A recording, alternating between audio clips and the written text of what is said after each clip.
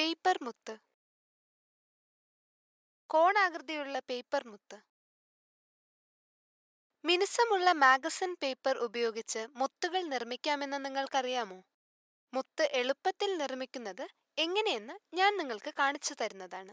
ഈ മുത്തുകൾ ഉപയോഗിച്ച് നെക്ലസ് വരെ നിർമ്മിക്കാൻ കഴിയുന്നതാണ്.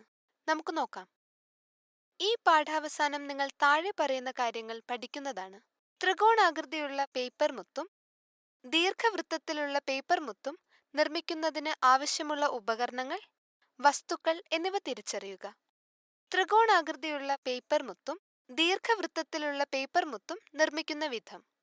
ത്രികോണാകൃതിയുള്ള പേപ്പർ മുത്തും ദീർഘവൃത്തത്തിലുള്ള പേപ്പർ മുത്തും നിർമ്മിക്കുന്നതിന് ഒരു കത്രിക മാത്രം മതി.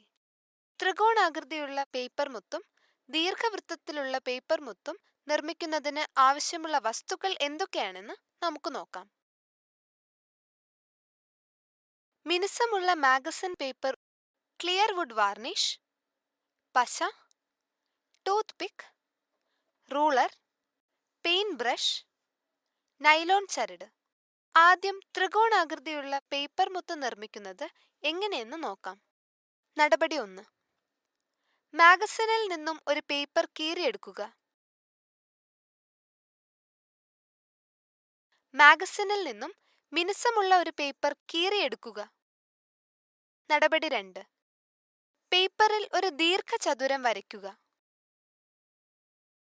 1 ഇഞ്ച് ഗുണം 12 ഇഞ്ചുള്ള ഒരു ദീർഘചതുരം പേപ്പറിൽ വരയ്ക്കുക.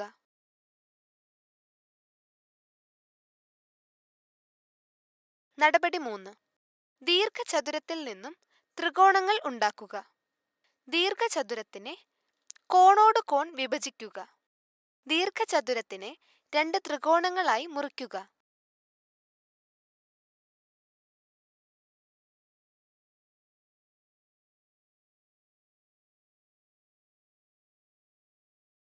നടപടി 4. ത്രികോണത്തിന്റെ വീതിയുള്ള അറ്റത്ത് ടൂത്ത് പിക്ക് വെച്ച് കടലാസ് ചുരുട്ടി ഒട്ടിക്കുക. ത്രികോണത്തിന്റെ വീതിയുള്ള അറ്റത്ത് ടൂത്ത് പിക്ക് വെച്ച് ഈ കാണുന്നത് പോലെ കടലാസ് ചുരുട്ടുക. മടക്കി 2 ഇഞ്ച് ബാക്കിയാകുമ്പോൾ പശ തേച്ച് ഒട്ടിക്കുക.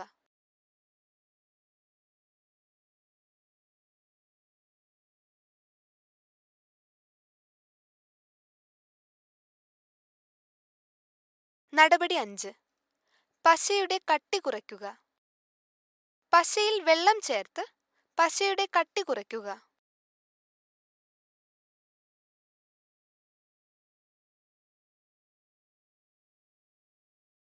നടപടി 6.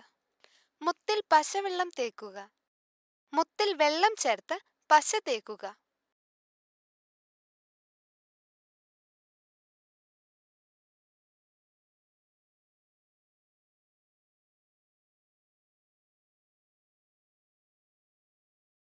നടപടി 7. ഉണങ്ങിയ ശേഷം മുത്തിനെ നൈലോൺ ചരടിൽ കോർക്കുക. ഉണങ്ങിയതിനു ശേഷം മുത്തിനെ നൈലോൺ ചരടിൽ കോർക്കുക.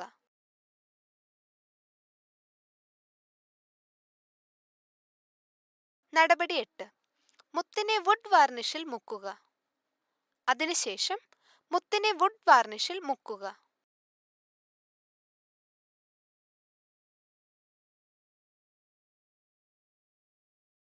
നടപടി 9. മുത്തിനെ ഉണങ്ങാൻ വയ്ക്കുക. ഉണങ്ങുന്നതിന് മുത്തിനെ 1 മണിക്കൂർ വയ്ക്കുക.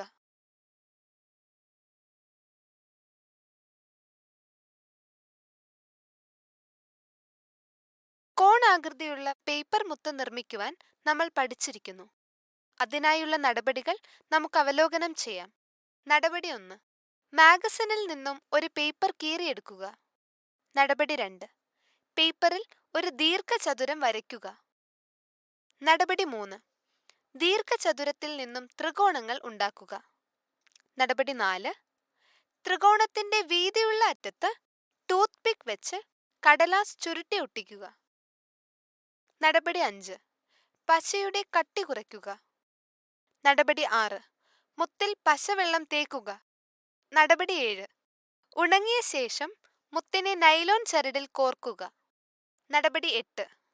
മുത്തിനെ മുത്തിനെ വുഡ് വാർണിഷിൽ മുക്കുക. നടപടി 9. മുത്തിനെ ഉണങ്ങാൻ വെക്കുക. ഇതേപോലെ ദീർഘവൃത്തത്തിലുള്ള പേപ്പർ മുത്ത് നിർമ്മിക്കുന്നത് എങ്ങനെയെന്ന് നോക്കാം. നടപടി 1. മാഗസിനിൽ നിന്നും ഒരു പേപ്പർ കീറിയെടുക്കുക. മാഗസിനിൽ നിന്നും മിനുസമുള്ള ഒരു പേപ്പർ കീറിയെടുക്കുക. നടപടി 2. കടലാസിന്റെ രണ്ടറ്റത്തും അടയാളങ്ങൾ ഉണ്ടാക്കുക. കടലാസിന്റെ ഒരറ്റത്ത് 1 സെന്റിമീറ്റർ ഇടവിട്ട് പോയിന്റുകൾ ഉണ്ടാക്കുക.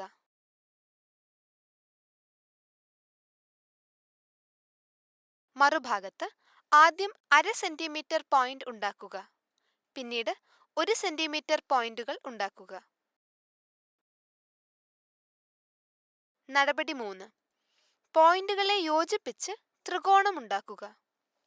1/2 സെന്റിമീറ്റർ പോയിന്റിനെ എതിർഭാഗവുമായി കൂട്ടിയോജിപ്പിക്കുക.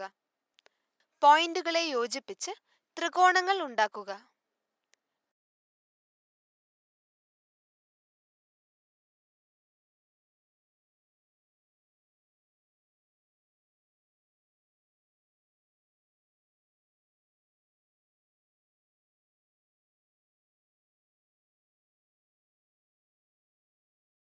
നടപടി 4. ത്രികോണത്തിന്റെ വീതിയുള്ള അറ്റത്ത് ടൂത്ത് പിക്ക് വെച്ച് കടലാസ് ചുരുട്ടിയൊട്ടിക്കുക. ത്രികോണത്തിന്റെ വീതിയുള്ള അറ്റത്ത് ടൂത്ത് പിക്ക് വെച്ച് കാണുന്നതുപോലെ കടലാസ് ചുരുട്ടുക. മടക്കി 2 ഇഞ്ച് ബാക്കിയാകുമ്പോൾ പശ തേച്ച് ഒട്ടിക്കുക.